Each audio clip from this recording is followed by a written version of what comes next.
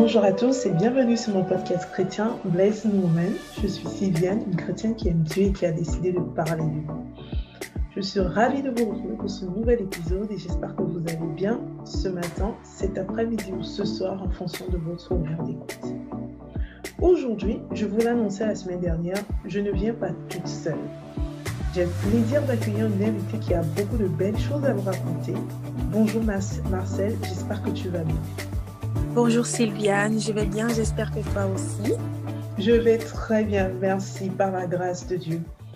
Avant d'entrer dans le vif du sujet, je tiens à vous préciser que l'ensemble de ces podcasts sont disponibles sur les plateformes Anchor, Spotify, YouTube ou encore Google Podcasts. Vous avez le choix sur la plateforme qui vous convient. N'hésitez pas à liker pour me signaler que l'épisode vous a édifié, à me laisser un commentaire pour me donner votre avis sur la thématique abordée aujourd'hui et à partager autour de vous, car vous ne savez jamais ce que de simples mots en fait comment de simples mots peuvent encourager les personnes. J'ai vraiment hâte de vous lire. Alors, aujourd'hui, Marcel nous vient avec un témoignage, un très beau d'ailleurs, depuis le Canada. Si vous aussi vous avez envie de raconter les merveilles du Seigneur, que le Seigneur a fait dans vos vies, vous savez ce qu'il vous reste à faire.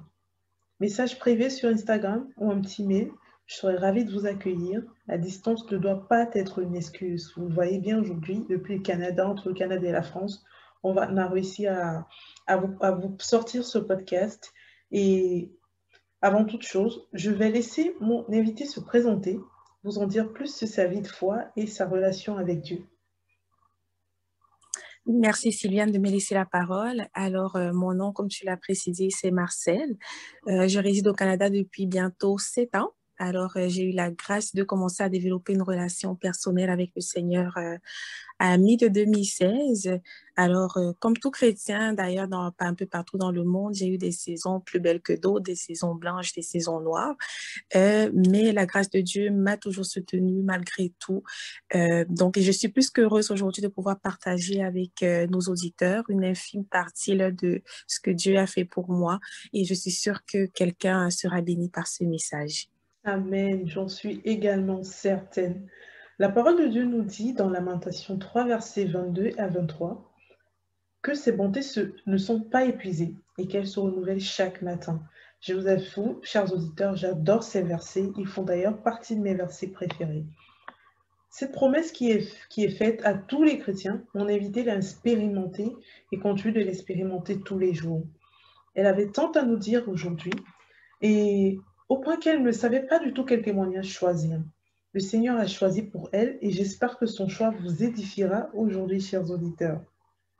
Oui, effectivement, ben, ça a été très difficile pour moi de choisir un témoignage à partager aujourd'hui parce que j'estime que ma vie entière est un témoignage de la gloire de Dieu.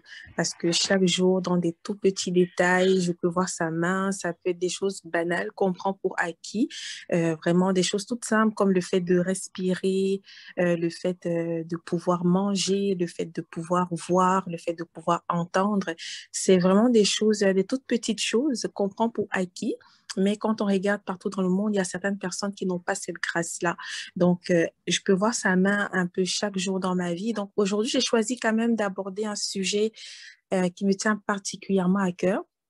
Donc, c'est un fardeau que j'ai porté pendant plus de 20 ans et je suis certaine que plusieurs de nos auditeurs vont se retrouver dans ce témoignage parce que pour avoir échangé pendant ma petite marche chrétienne avec plusieurs chrétiens, je me suis rendu compte qu'il y avait quand même beaucoup de personnes qui sont passées par cette phase-là.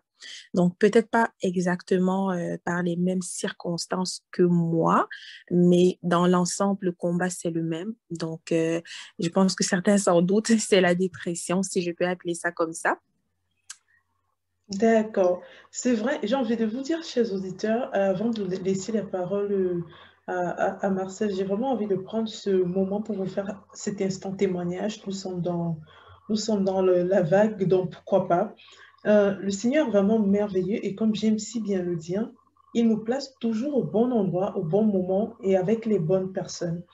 Lorsque je préparais l'épisode de la semaine dernière sur la dépression, j'ai pensé de façon vraiment rapide, hein, sans en faire une prière ou quoi que ce soit. C'est juste passé dans ma tête comme ça, comme une petite réflexion, qu'il serait bien que je trouve quelqu'un qui a un témoignage puissant à partager avec vous. Et lorsque Marcel a accepté d'intervenir sur ce podcast, au départ, ni elle ni moi ne savions quelle serait la thématique à aborder. Comme je vous disais plus haut, elle a énormément de témoignages à partager sur sa vie. Le Seigneur, moi qui la connais, je sais que le Seigneur a fait énormément pour elle.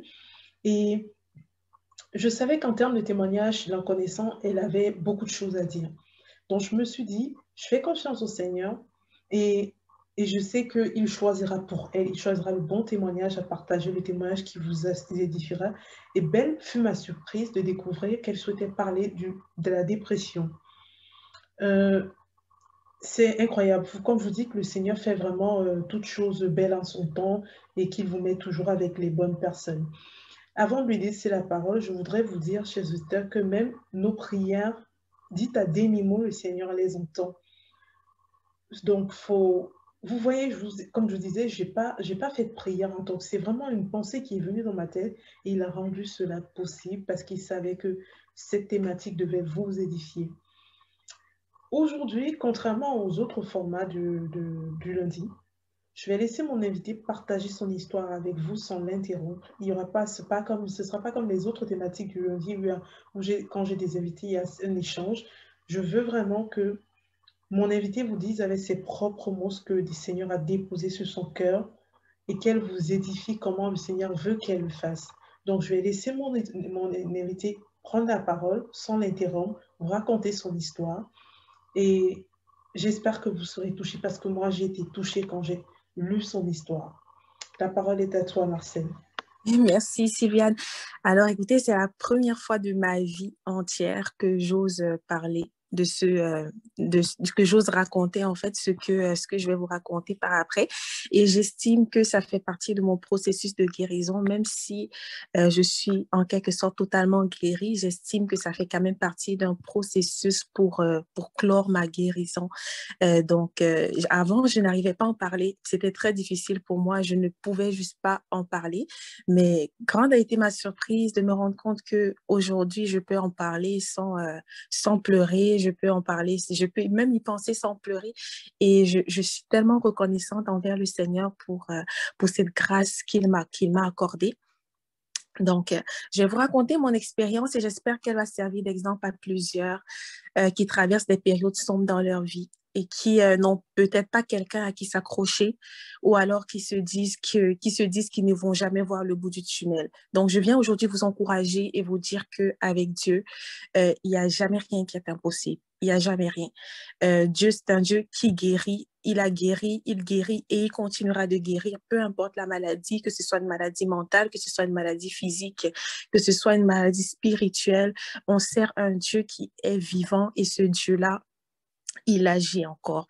Alors, dans mon cas, moi, ça a commencé depuis toute petite. Mes parents se sont séparés quand j'étais très jeune. Je pense que j'avais 1 an ou même pas 1 an, je pense. Et j'ai grandi sans ma mère. Ma mère, je la voyais à peine. Pouvais la voir au gros maximum quelques semaines par année.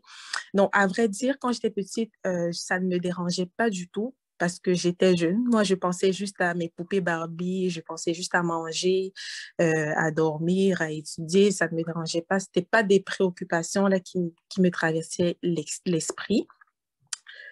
Donc, en grandissant, je me suis rendu compte que quand j'allais chez mes copines, je les aime, hein, c'était pas de la jalousie, mais quand j'allais chez mes copines, je me rendais compte que leurs parents à elles étaient encore ensemble, ils étaient encore mariés et ils étaient dans des belles petites familles unies.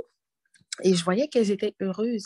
Donc, petit à petit, j'ai commencé à ressentir, comme j'ai dit, c'était pas de la jalousie, mais c'était un peu un vide. J'ai commencé à ressentir un vide en moi, mais je ne comprenais pas ce que c'était.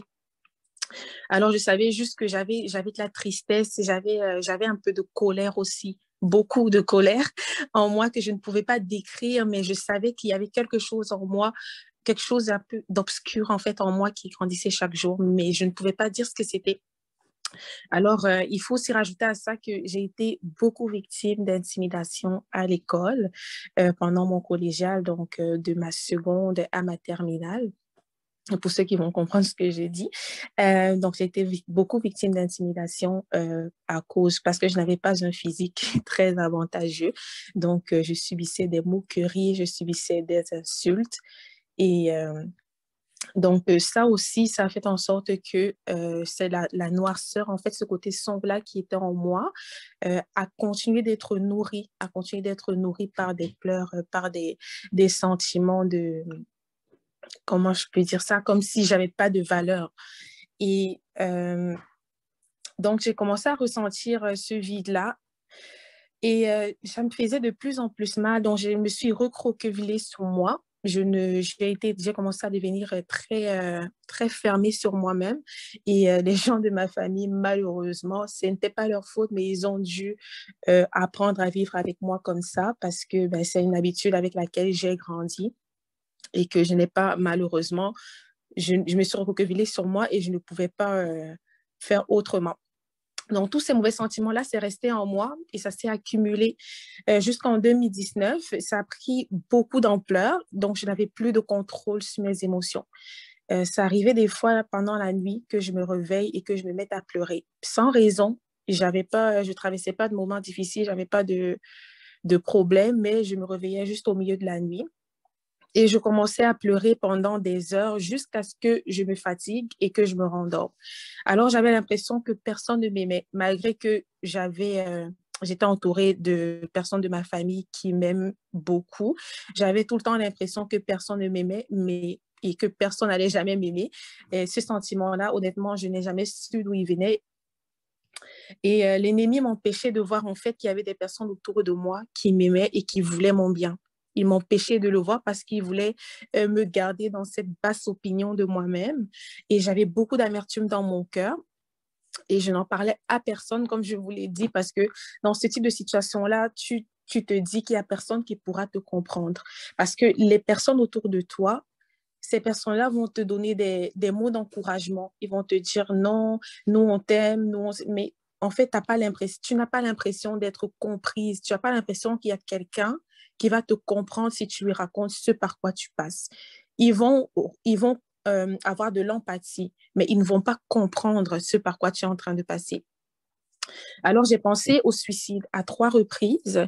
La première fois, c'était dans mon pays d'origine, au Cameroun. Là, j'ai eu deux rechutes ici au Canada. Donc, j'ai pensé au suicide à 3 reprises.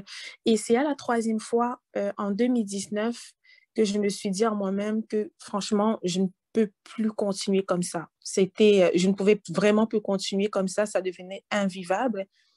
Et ce jour-là, je me souviens que je me suis agenouillée dans ma chambre. Je voulais prier pour demander l'aide de Dieu, mais je n'arrivais pas à sortir un seul mot de ma bouche ce jour-là. Je n'ai fait que pleurer. Je me fais que pleurer. Au bout d'un moment, je me souviens que mes genoux se sont affaiblis et je me souviens de ce jour-là comme si c'était hier parce que pour moi, personnellement, jusqu'à aujourd'hui, c'était le plus beau jour de ma vie.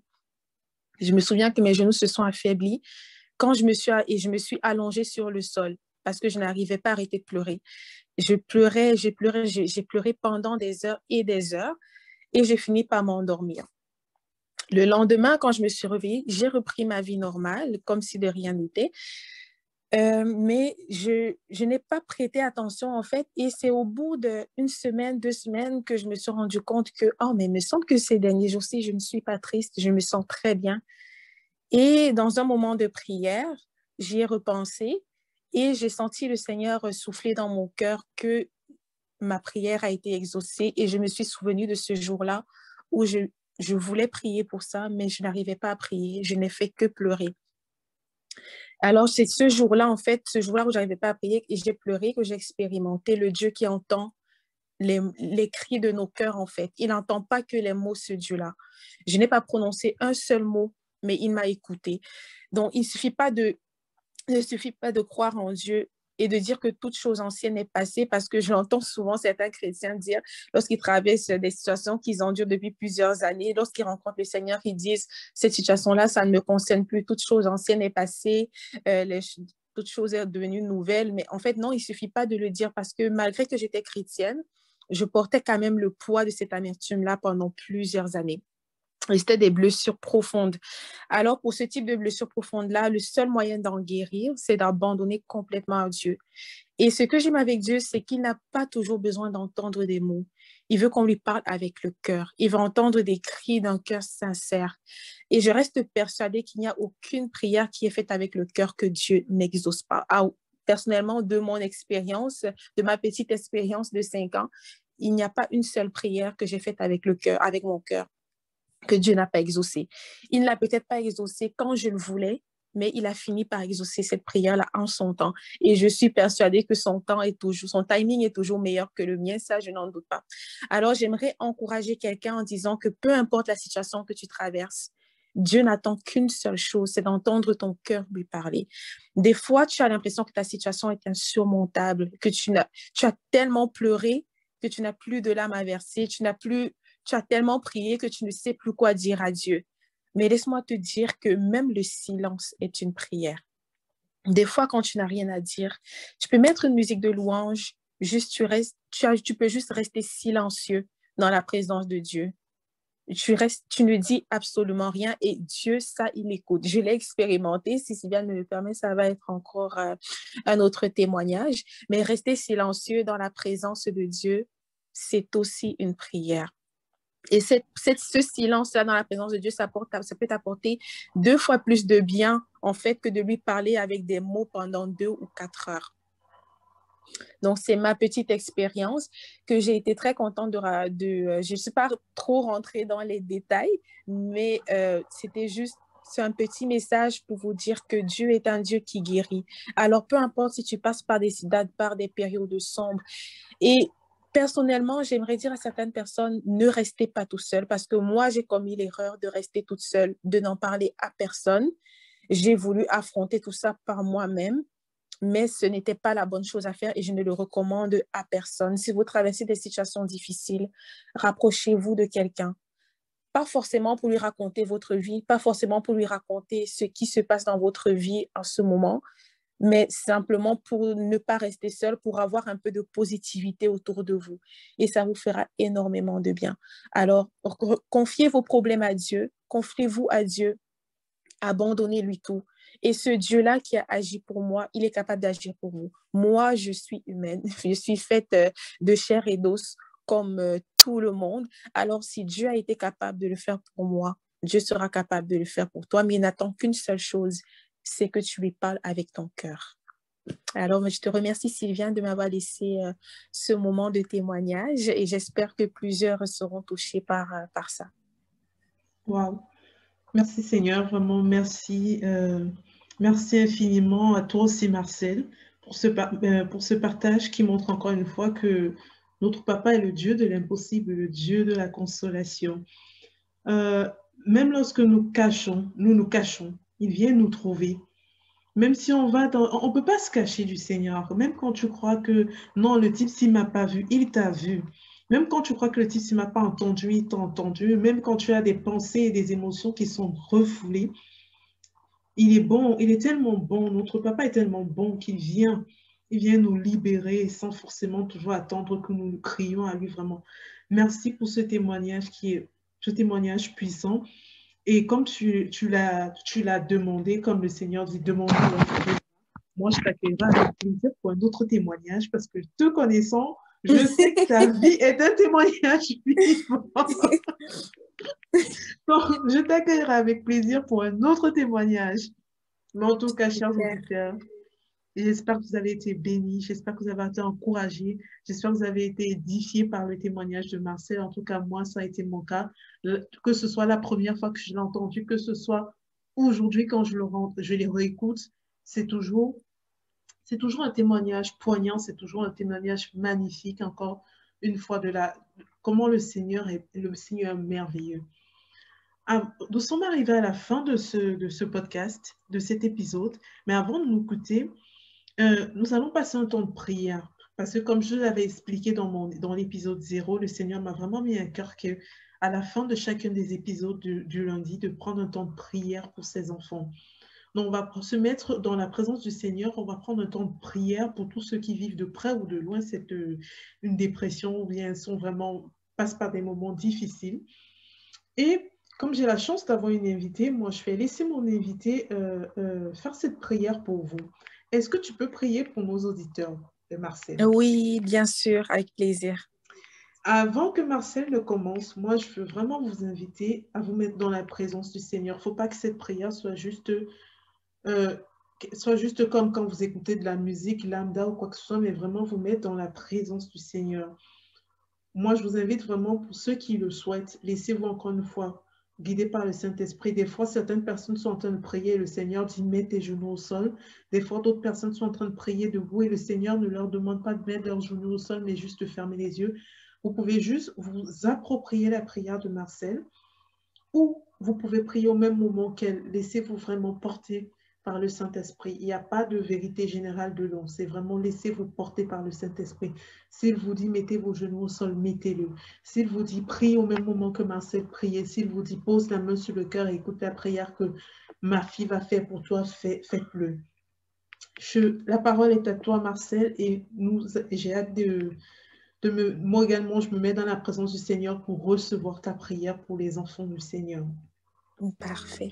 Alors, merci beaucoup de me permettre de prier pour certains. Alors, ça va être une prière pas très longue.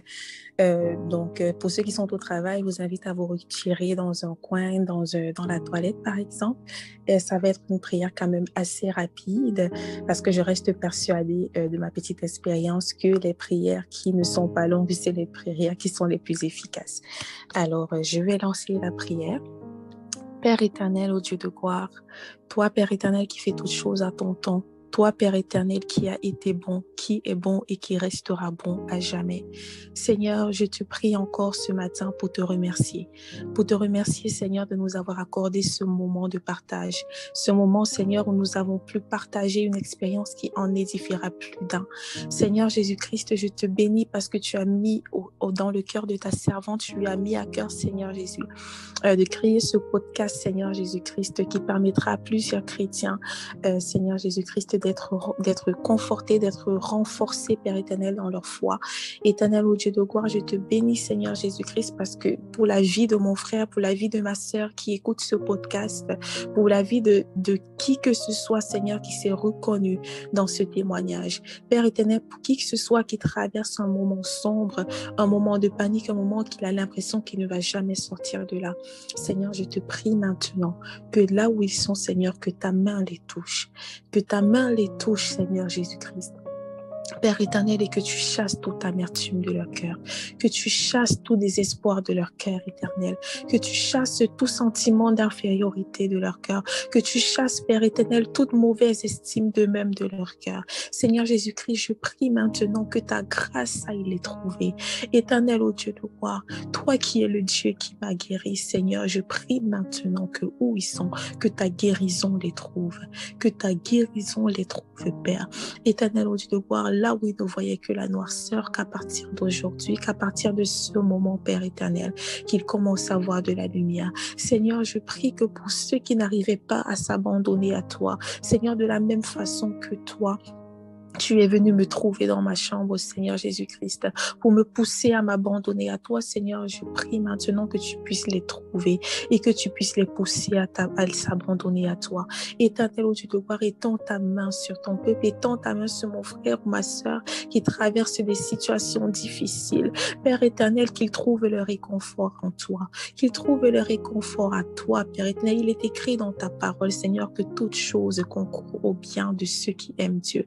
Alors je crois fermement, Père éternel, Dieu de gloire, que cette période sombre que mon frère et mes sœurs que mes frères et mes sœurs traversent présentement. Je crois fermement que toutes ces périodes-là vont contribuer, Père éternel, à ta gloire, vont contribuer, Père éternel, à leur bien. Seigneur, demain, guéris-les, Seigneur, afin qu'ils puissent être des témoins de ta gloire. Guéris-les, éternel, au Dieu de gloire, afin qu'ils puissent témoigner de ce que tu as fait pour eux et que ton nom, Seigneur Jésus-Christ, ton nom, Père éternel, au Dieu de gloire, soit glorifié. Guéris-les, éternel, au Dieu de gloire, afin qu'ils puissent être des témoignages vivants de ta gloire. Je prie maintenant, éternel, ô Dieu de gloire, Seigneur, que ta grâce accompagne chaque personne qui a écouté ce podcast. Père éternel, même ceux qui l'ont commencé, mais qui n'ont pas pu le terminer parce qu'ils avaient des occupations. Père, je prie que ta grâce puisse les toucher là où ils sont. Et je prie, éternel, au Dieu des armées, maintenant pour ta servante, Seigneur Jésus. Je prie, Seigneur, que tu la oins davantage. Je prie que tu l'utilises davantage, éternel, Dieu des armées. Je prie qu'au travers d'elle, plusieurs soient touchés, qu'au travers d'elle, plusieurs soient changés, qu'au travers d'elle, plusieurs soient impactés. Que ta grâce éternelle, ô Dieu des armées, marche avec elle, que ta faveur marche avec elle. Père, fais couler sur elle une huile de distinction, Père éternel, Dieu de gloire. Père éternel, Dieu des armées, je te remercie encore pour ce moment et je te loue dans le nom puissant de Jésus. Amen. Amen. Amen. Merci infiniment pour cette prière puissante que j'en suis sûre, à toucher, à localiser chacun de nos auditeurs et même les personnes qui n'ont pas encore écouté ce podcast, ça les a localisés. Le Seigneur veut qu'ils viennent écouter ce podcast pour être édifiés. Amen. Que ce verset, chers auditeurs, vous accompagne tout au long de cette semaine. Jérémie 29, verset 11 qui dit « Oui, moi le Seigneur, je connais les projets que je forme pour vous. Je le déclare, ce ne sont pas des projets de malheur, mais des projets de bonheur. Je vous donne un avenir. Je veux vous donner un avenir plein d'espérance. » Merci pour votre écoute. J'ai pris plaisir à réaliser cet épisode avec toi, Marcel. Non, ça a été un plaisir pour moi. Merci de m'avoir reçu. Si vous souhaitez également participer à ces podcasts comme Marcel, comme Anaïs ou bien comme vos prochaines invités, n'hésitez pas à m'écrire un message en privé ou sur Instagram. Qu'importe où vous trouvez, il existe de formidables outils informatiques qui peuvent rendre cela possible. Vous avez vu, aujourd'hui, c'est France-Canada. Demain, ça peut être France-Côte d'Ivoire. Après-demain, ça peut être France-Cameroun. Ça peut être ou bien France-Guinée équatoriale ou France-États-Unis. Surtout, ne prenez pas comme excuse la distance pour vous dire même non, je ne peux pas. Si le Seigneur vous met à cœur de participer à ces podcasts, faites-le. Moi, vraiment, mon souhait, c'est que ces podcasts soient interactifs, que ce ne soit pas juste moi qui fasse grandir l'œuvre du Seigneur. Certes, il a commencé avec moi, mais mon souhait, c'est que nous puissions faire grandir cette œuvre tous ensemble. Amen. Je vais vous laisser sur cette note musicale qui pourra accompagner toute votre semaine. Et je vous laisse avec l'artiste Samuel Joseph. Comme nous sommes au Canada, je suis allée chercher un Canadien. Et le titre, c'est « Toute autorité ». J'espère que vous serez bénis par ce chant de louange. Soyez abondamment bénis, chers auditeurs, et bonne semaine à tous. Bonne semaine.